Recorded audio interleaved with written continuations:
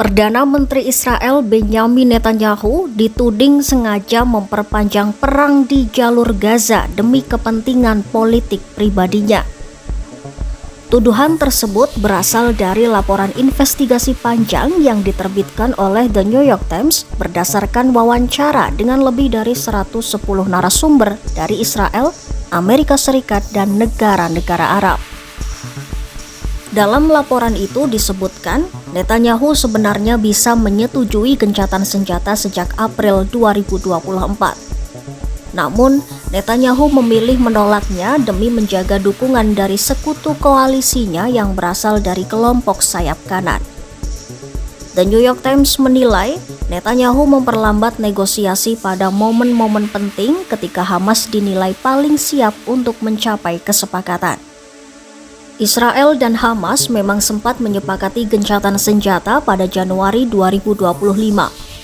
Namun, Netanyahu membatalkannya pada Maret 2025, antara lain karena tekanan dari Menteri Keuangan sayap kanan Bezalel Smotrich yang mengancam akan menjatuhkan pemerintahan jika perang dihentikan. Netanyahu juga diduga menggagalkan upaya normalisasi hubungan Israel dengan Arab Saudi yang mensyaratkan berakhirnya perang di Gaza.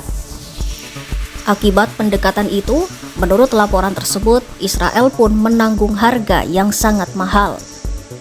Iya, puluhan ribu warga Palestina tewas, peluang pembebasan sandera pun hilang, masyarakat Israel semakin terpecah, dan citra Israel memburuk di mata dunia. Namun bagi Netanyahu, langkah tersebut justru menguntungkan secara politik.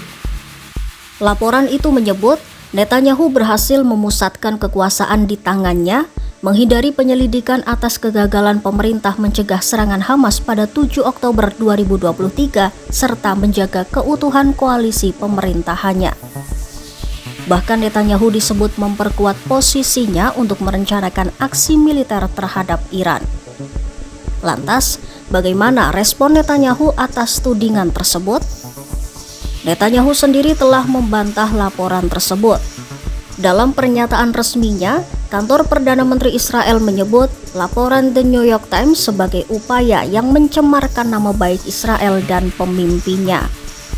Kantor Perdana Menteri Israel justru memuji langkah Netanyahu setelah 7 Oktober 2023 sebagai bagian dari kebangkitan militer terbesar dalam sejarah Israel. Namun, The New York Times menolak bantahan itu. Media tersebut menegaskan bahwa investigasi mereka berdasarkan dokumen militer dan catatan pemerintah, serta wawancara dengan para pejabat dari berbagai negara. Mereka menyatakan tidak ada pernyataan dari Netanyahu yang membantah fakta-fakta inti dari laporan tersebut. Menurut The New York Times, Netanyahu juga dilaporkan memperburuk hubungan dengan pejabat keamanan tinggi Israel. Iya, Netanyahu dikabarkan tidak mempercayai para jenderalnya hingga meminta mereka digeledah sebelum pertemuan untuk memastikan tidak ada yang membawa alat perekam.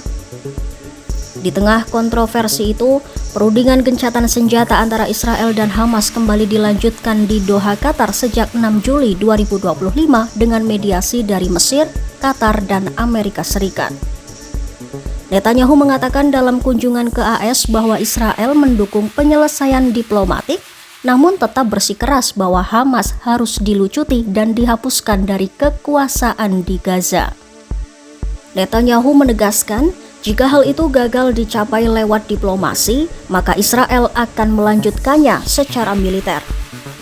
Sementara itu, kelompok Hamas sendiri masih menahan 49 sandera yang diculik dari Israel Selatan pada 7 Oktober 2023. Militer Israel menyebut hanya sekitar 20 dari para sandera yang diyakini masih hidup.